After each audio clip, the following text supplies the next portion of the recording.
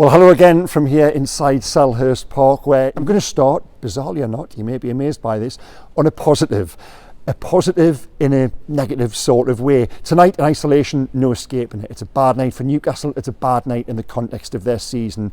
But might it just be a good thing in reminding us of where Newcastle are and where they need to improve with regards certain players, a group of players in the first team. It's been spoken about so many times before, whereby it's a miracle working of Eddie Howe. It's a strength in that he has managed to take a group which invariably includes 5 or 6 every week, 5 or 6 starters who were part of the club pre-takeover, played under Steve Bruce, and he's taken them to 4th in the Premier League. He's taken them until tonight to 6th in the Premier League. But we know those limitations exist, and I think tonight, in a strange sort of way, and again, are you clutching at straws? Maybe you are.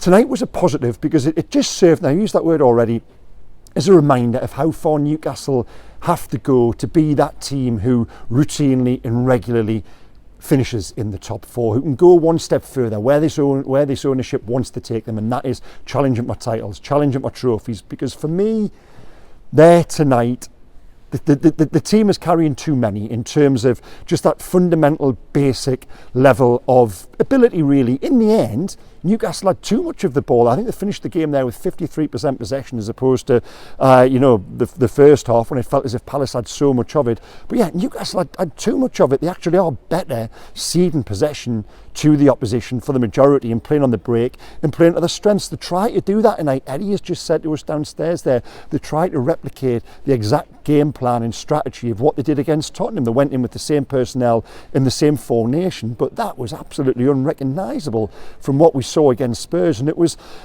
clear from quite early on. Now, Eddie has said he was pushed on, why didn't you change it? Why didn't you do something different? He said, well, no, he believed that the actual game plan and everything else, the formation, that was okay. He thought that could also work against Crystal Palace. He said rather it was the execution, and crucially, it's the first time I think he's been this strong, he used the word attitude, the attitude of the players. Now, I would go along with that as well, and the reason I say that is, inside the first 2 minutes, and I'm making notes up there inside the press box, which is one of the most bizarre press boxes in the country.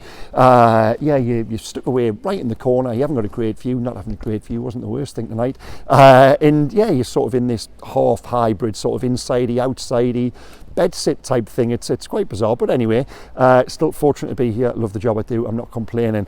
But no, where was I? Yeah, I thought Newcastle started well, and that was one of the questions I put to Eddie afterwards, and he sort of agreed. He laughed. He said, my question featured I said, you did well for 90 seconds. He said, well, yeah, we did, for the first 2 minutes. Eddie thought Newcastle did okay, and I agreed with that. Like I said, if I got sidetracked there, I was telling you what I'd written on my pad, and I'd made a note, started well, pockets of space, something to exploit.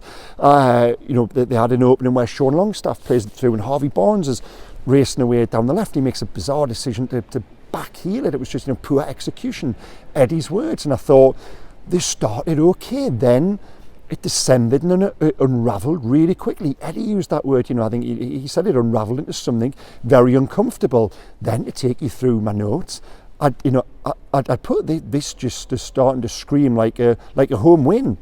Palace, to use the old phrase, they wanted it more. They were first to everything. All the old football cliches came out. All of those featured on my notepad as well, And you just looked at it and thought, wow, where is this team which had won the last couple, which all of a sudden was talking about before the coefficient intervened, an unlikely charge for the Champions League places. It just wasn't there. And yes, there was the application and the execution Eddie talked about, but I also go back to what I say, and I thought there was it shone a light on the fundamentals. And I'm not going to go through names, I'm not going to do that because I think they're good characters. They've been brilliant players for the club, but there's perhaps, you can name them yourselves, 2, 3, 4 there who, if Newcastle want to be better, want to be the club you guys want them to be, and the owners, like I said, there's got to be upgrades, there's got to be improvements there tonight. There going forward, and tonight, of course, but going forward, it's got to be recruitment wise. I think they've got to bring in better, because against their Palace, Newcastle haven't got a player like Eberiche Eze. I thought he would, they've got Bruno Guimaraes tries to do things like that in terms of getting on the ball and dictating, but he does it 20, 30 yards further back in the pitch. Eze populates the position Newcastle have a problem with all season. The opposition number 10, their own number 6 domain. Eze got on the ball. He was bright, he was dangerous, he was incisive. It's his pass that creates the opening for the first goal. The first goal, by the way, comes on 55 minutes. A surprise it took that long, really, because I thought in the first half, especially, Palace had all of the territory. One or two half openings, and then they get the breakthrough. It's a poor clearance from Emil Kraft. The ball comes back far too easily. It's Eze's pass in, and the exchange between Mateta and Jordan Ayew was brilliant. Makes mannequins of Fabian Schär and Dan Burn, who I thought had done okay at that point. Like I said, for all the territory and all the ball Palace had, and for all I thought they were better, Newcastle got to half time. They finished the first half a little bit stronger, and you looked at it, and because of this video now, I'm thinking in sort of merit stars from a long way out. Those merit stars are precious, and I'm thinking, Burn and Schär, they've done okay here. Newcastle might just scrap their way to a horribly ugly 1-0, and that wouldn't have been a surprise. We saw at Fulham a few weeks ago, where elements of that performance there tonight weren't dissimilar, and they still went on to win that game because they have got quality players. They're notorious BIG up front. You were looking at that and thinking, going into the second half, could one of that three just sort of spring something here? But no. 10 minutes into the second half, poor clearance from Kraft, comes back in, and Mateta's finish. All of a sudden, Jean-Philippe Mateta, who scored 2 goals all of last season, he morphs into Alexander Isak. And yeah, I just thought, for all Isak had, went over the top once in the first half, he's got the heavy touch. Henderson comes out on him.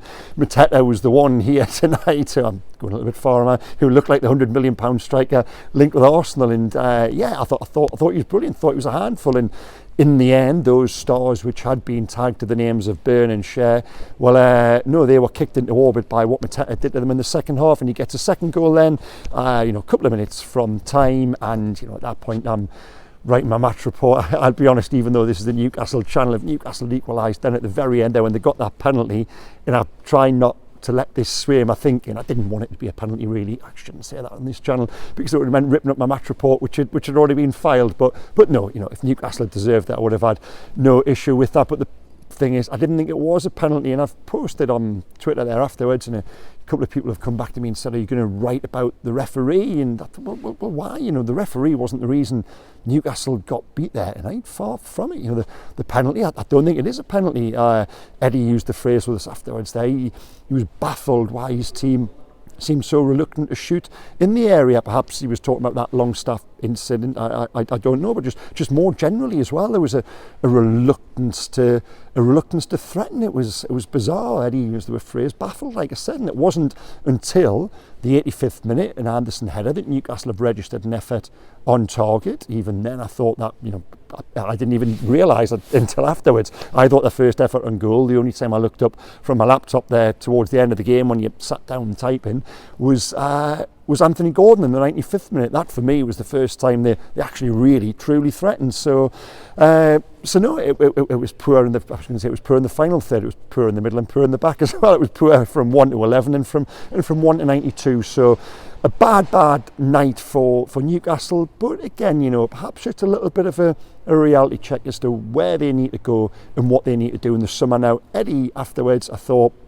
he'd come out really, really strong. Said it was disappointing, questioned even the attitude at times, and there was a real disappointment in terms of his body language and the words he used as well, and so there should be, because that was a really disappointing night on the back of two good victories at least anyway. Now the merit stars, if we must, and yeah, 3. Like I said, these are because I don't think any Newcastle player.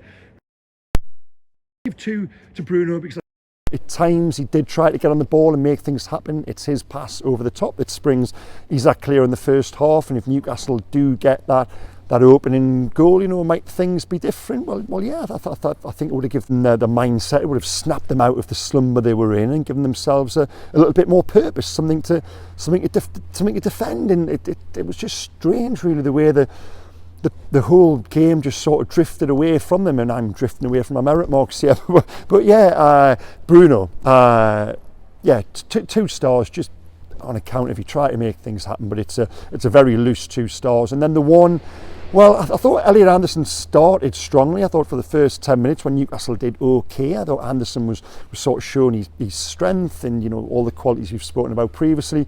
He drifted and faded, you know, like a lot of them did. So the other one perhaps goes to Anthony Gordon, just because he had that shot in the 95th minute. He kept going. Again, you know, I try to use that phrase, and it's damning them with faint praise, really, you know, try to make something happen, because in the end, even though they tried, nothing actually did happen. So yeah, Anthony Gordon probably gets the 1 star, but other than that, there wasn't a great deal to celebrate. You know, I thought Newcastle down the right hand side, in particular, that Kraft-Murphy combination weren't very good. The 2 centre halves had done well to a point, but then were caught static a couple of times. You know, people have been saying to me, why weren't Livramento and Hall involved sooner? Well, Livramento, Eddie's just explained to us, was only fit enough to stay on the bench and not be used on the bench, only in the case of an emergency. He's got the continued ankle problem. Hall came on. I thought he did okay, to be honest with you, down the left there. Perhaps he might be going forward a better bet at left wing back. And then where else were they in the midfield? Longstaff, you know, I thought he'd done okay to a degree, without being great. And, you know, elsewhere in the team, you know, Barnes had a really poor night, captured by the moment I mentioned there in the first half when he went through and could and should have done better with that. We know his quality. And Isak, again, you know, just hasn't looked like the striker of late, really. So have I gone through all of them there? I think I have, just about have anyway, so I wasn't going to name any names. But no, in summary, just a really bad night. And I was going to say, was I surprised? Well, I was surprised in the context of what we saw against Spurs. And, you know, if you look at my pre-match material, I come here with a fair degree of optimism and confidence around Newcastle, but massively surprised when you look at the team sheet, you know, ultimately that base level of quality of player that Newcastle have sent out, and the fact we've seen elements of that performance quite a lot at times this season. I don't think that's an unfair statement to make. So not massively surprised, and it's just like I say, you know, I started and I'll finish in the same place. Just a little reminder of the work Newcastle need to do. But nonetheless, you know, you looked at the support there at the end. The supporters were still behind. There's a lot of noise on social media, as there ever is, but supporters were still fully behind the team. You know, I've got no reason to question Eddie or majority of the team. You know, it's a bad night. It's a bad night for Newcastle, but they still do have a chance of finishing the season strongly. You know, a very winnable game at the weekend, can still get that 6th position, and you know that should be enough for potentially a Europa League place, which would, given all the mitigation, still a really strong, good chance to finish this campaign off well. So yeah, anyway guys, I'll leave it there just for one last little scan of this place. Thank you again for watching. Please do hit like, subscribe, comment below the line. I think it'll be a fair debate after this one, and I'll be back at the end of the week after speaking to Eddie on Friday morning. Okay, take care, bye bye.